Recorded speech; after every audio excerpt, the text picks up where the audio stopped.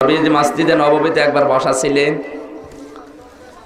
এক ফকির এসে বলে, হে রাসূল, আমি আজ 3 দিনের ক্ষুধার্ত, আপনি আমার কিছু দেন। নবীজি পকেটে হাত দিয়ে দেখলেন একটা দিরহাম আছে। বের করার পরে ওমরকে জিজ্ঞাসা করলেন, এটা দেব? হযরত ওমর বললেন, হে নবী, আপনি দিয়ে দিন।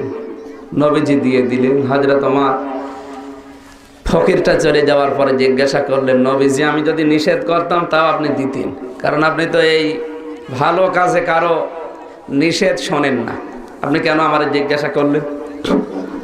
আল্লাহর নবী বলেন, ওমর, মান জা বিল হাসানাতি ফালাহু আশরু আমসালিহা। কোন মানুষ যদি একটা ভালো কাজ করে, মহান আল্লাহ একটা ভালো কাজে 10টা নেকি দিয়ে দেয়। আমি তো দান করে 10টা নেকি পেয়েই গেছি, তুমি যে একটু সহযোগিতা করলে, কথা দিয়ে সাহায্য করলে, মহান আল্লাহ তোমাকেও 10টা নেকি লিখে দিয়েছে। সুবহানাল্লাহ। সম্মানিত মা বোনের, সম্মানিত মা বোনের, এই জন্য আপনাদের উচিত ভালো কাজ যেখানে হবে ওই রকম জায়গায় সমর্থন দিয়ে, টাকা পয়সা দিয়ে সহযোগিতা করা, যেন ওটা টিকে থাকে।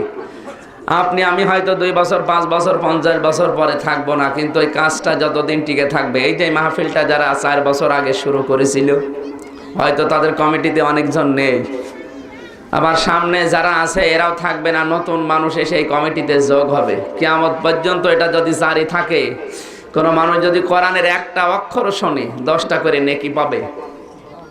আপনি কবরে আছে, যেহেতু সূচনা করেছিলেন এই কাজটা, কবরের ভেতরে থেকে সাদগায়ে জারিয়ার এই সওয়াবগুলো কিয়ামত পর্যন্ত যেতেই থাকবে।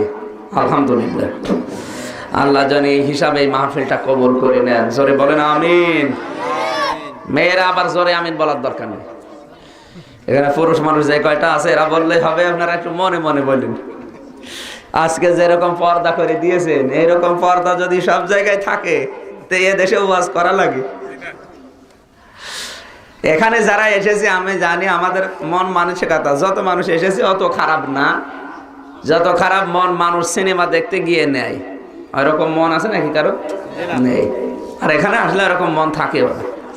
তার বাস্তব প্রমাণ হজের ওই ময়দান, আরাফাতের ময়দান, নারী পুরুষ সব এক জায়গায়, লক্ষ লক্ষ মানুষেরা বিশ্বনবী মুহাম্মদ রাসূলুল্লাহ যেখানে তাওয়াফ করতেন, কাবা শরীফ, ওই জায়গায় নারী পুরুষ সব এক জায়গায়। ওখানে কিন্তু এই সিস্টেম নেই যে মাঝখান দিয়ে পর্দা টাঙিয়ে দেওয়া, না। কারণ কি, ওখানে ওরকম মন নেই। সবাই নিজের চিন্তায় আছে যে আমার কি হবে, আল্লাহ আমাকে মাফ করবে তো? কিয়ামতের একটা দৃশ্য মনে হয় ওই জায়গায়, সবাই পাগল নিজের চিন্তায়। সম্মানিত মা বোনেরা, এখানে ওই রকম মন আমাদের নেই। তারপরও সামনে পেছনে চারিদিকে যেভাবে ঘিরে দেওয়া, আমাদের পরিবার, সমাজ, রাষ্ট্রে, কর্মজীবনে, কর্মস্থলে, সব জায়গায় যদি এইরকম পর্দা করে আমরা চলতে পারতাম, আমার মনে হয় বাংলাদেশটা ইসলামী রাষ্ট্র ঘোষণা দেওয়া যেত, খালি পর্দাটা থাকলে। মক্কা মদিনায় অন্যান্য বিধান যতটুকু আছে, সবচাইতে বেশি কড়া ওরা পর্দার ব্যাপারে। মদিনার মেয়েরা অনেক সুন্দরী, অনেক সুন্দরী। বিশ্বের ভেতরে সবচাইতে সুন্দরী মেয়ে মানুষ হচ্ছে ইরানে, মিশরে আর মদিনার। এরপরে 5 নম্বরে আছে বাংলাদেশের নাম। এত সুন্দর সুন্দরী মেয়ে মানুষ, তারা যে বোরকাগুলো পরে মসজিদে নববীতে নামাজ আদায় করতে আসে, ওদের বোরকাগুলো খুব ঢিলা ঢালা, 2-3 জন মানুষ আর প্রবেশ করা যায়। আর আমাদের দেশের মেয়েরা সুন্দরী হওয়া লাগে না, এমন বোরকা পরেছে, এ বোরকা না, টাইট স্কিন টাইট প্যান্ট। ও ছাতা একবার পরে খুলতে গেলে ছিঁড়ে যাবে। বোরকা পরার উদ্দেশ্য শরীরের অঙ্গ প্রত্যঙ্গ গুলো সব যেন ঢেকে থাকে। এগুলো যদি না হয় তাহলে বোরকা হচ্ছে না, ওটা ফ্যাশন। শরীয়তের কোন বিধানকে, ফরজ বিধানকে আপনি ফ্যাশনে বা পলে আপনি পরিণত করে ফেললেন, আপনার তো গোনা হবে, কবিরা গোনা হবে। সুতরাং বোরকা পরে যদি পর্দা করার নিয়ত থাকে, বোরকা পরা লাগবে কালো, ঢিলা ঢালা। শুধু বোরকা না, এর উপরে ওড়না দেওয়া লাগবে। ছোট্ট কথা বলছি, সম্মানিত মা বোন যারা এসেছেন, নামাজ যারা পড়েন, শাড়ি পরে নামাজ অধিকাংশ মেয়েদের হয় না।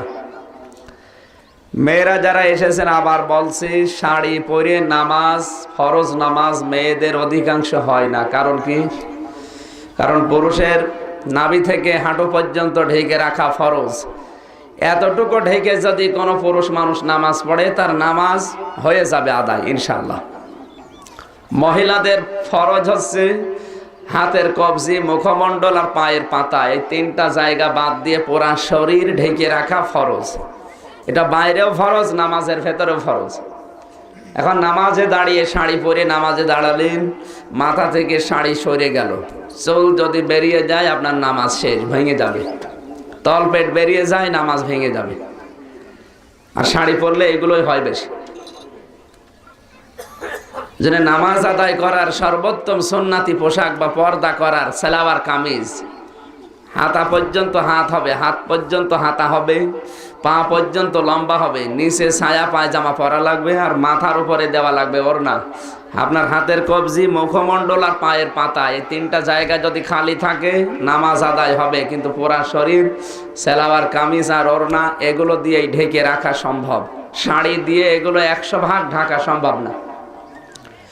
1500-2000 টাকা দিয়ে শাড়ি না কিনে 350-400 টাকা দিয়ে সালোয়ার কামিজ বানালে পর্দা আদায় হবে, নামাজও ভালো হবে।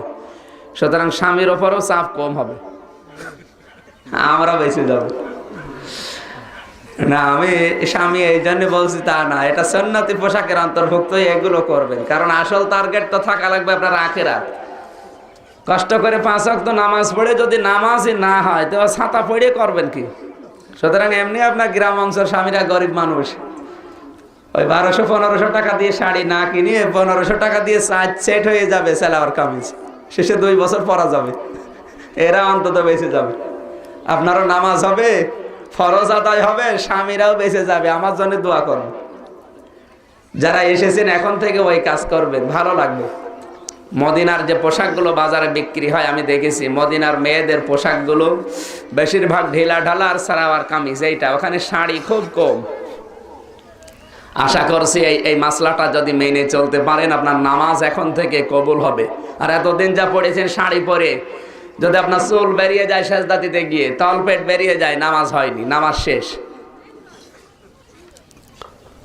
আশা করছি আজকে জোহরের নামাজ থেকে তো হবে না, কালকে থেকে আমলটা শুরু করা যায়। আজকে বানিয়ে নেবেন স্বামীকে বলে জোর চাপ দিয়ে। এদেশে মেয়ে তো এরকম মেয়ে কম, কারণ বোরকা বানিয়ে দেয়নি এজন্য স্বামীর উপর রাগ, এরকম মেয়ে বাংলাদেশে খুব কম। কিন্তু পাকি জামা বানিয়ে দেয়নি, এই জন্য অনেক মেয়ে আছে হারপিক খেয়ে মরে গেছে। এই যে চাঁপাইনবাবগঞ্জে গত বছর 3টা মেয়ে লোক স্বামীর উপর অভিমান করেছে, 3 দিন পর পর বলেছে আমার পাকি জামা বানিয়ে দাও। পাকি জামার তো দাম অনেক বেশি, বানিয়ে দেয়নি। অভিমান করে পায়খানার হারপিক খেয়ে মরে গেছে। আপনারা বলছেন সুবহানাল্লাহ। এই যে অভিমান করলো যে পোশাকের কারণে মরে গেল, এ তো মরতে দেরি, জান্নাত পেতে দেরি হবে না, জাহান্নাম পেতে দেরি হবে না।